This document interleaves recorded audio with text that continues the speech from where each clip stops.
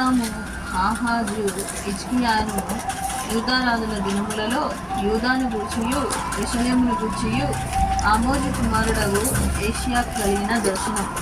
యెహోవా మాట్లాడుచున్నాడు, ఆకాశమా ఆలకించుము, భూమి చెవియొగ్గుము. నేను పిల్లలను పెంచి గొప్పవాణిగా చేసి వారు నా మీద తిరగబడి ఉన్నారు.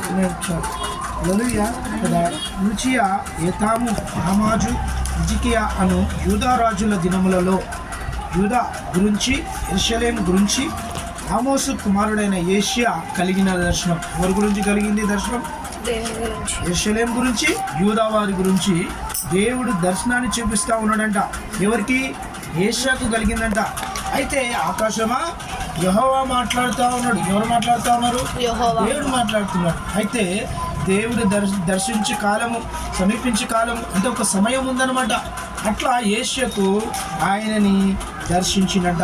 ఆయన కళ్ళలో ఆయన దర్శించిన తరుణంలో ఆయన ఏమంటున్నాడంటే, నేను మాట్లాడుతున్నా. ఎవరు మాట్లాడుతున్నారు? దేవుడే మాట్లాడుతుడు. మరి మనతో ఎవరు మాట్లాడాలి? ఒక వ్యక్తి మనం మాట్లాడితేనే మాట్లాడతారు. కానీ ఇక్కడ ఏషియాతో దేవుడు మాట్లాడుతూ ఉన్నాడు. ఏమని మాట్లాడుతున్నాడంటే, ఇక్కడ చూడండి ఏమంటున్నాడంటే, నేను పిల్లల్ని పెంచిన గొప్పవారిగా చేసిన. హల్లెలూయా. ఎవరు పెంచిరంట? దేవుడు పిల్లల్ని పెంచిండంట, చేసి వారిని గొప్పవారిగా చేసిండంట. ఎవరిని? యూదా వారిని, తర్వాత ఇంకెవరిని? యెరూషలేము వారిని. హల్లెలూయా. చూడండి, యూదా వారిని పెంచిండు, యెరూషలేము వారిని పెంచిండు. ఈరోజు మరి ఎవరిని పెంచిండంటే, మిమ్మల్ని నన్ను కూడా ఆయన పెంచిండు. హల్లెలూయా. ఆయన కాపుదల, ఆయన భద్రత ఉంది కనుక ఆయన అంటుండు, పిల్లల్ని పెంచిన, గొప్పవారిగా చేసిన, కానీ వారు నా మీద తిరగబడి ఉన్నారు. హల్లెలూయా. ఎవరు తిరగబడ్డారంట? మనమే తిరగబడ్డాం. ఎట్లా తిరగబడ్డాం అంటే చూడండి, ఇక్కడ రాయబడ్డది.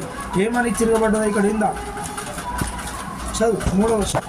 ఎద్దు తన కామందును ఎరుగును, గాడిద సొంతవాని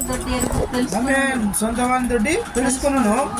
ఇశ్రాయేలుకు తెలివి లేదు, నా జనులు యోచింపరు. ఆమేన్. ఇశ్రాయేలు జనులకు తెలివి లేదు, వారు యోచింపరు. హల్లెలూయా. చూడండి, ఇక్కడ దేవుడు ఏమంటున్నాడంటే, ఎద్దు తన కామాందును ఎరుగును, ఆ గాడిద సొంతవాని తోటి తెలుసుకును. ఇజ్రాయిలు తెలివి లేదు, నా జనులు యోచింపరు. కదా, ఇక్కడ ఏమంటుండంటే, ఎద్దు మరి కామాందుని యొక్క దొడ్డిని ఎరుగుతుంది, కదా గాడిద సొంతవాన్ని దొడ్డి తెలుసుకుంటుంది.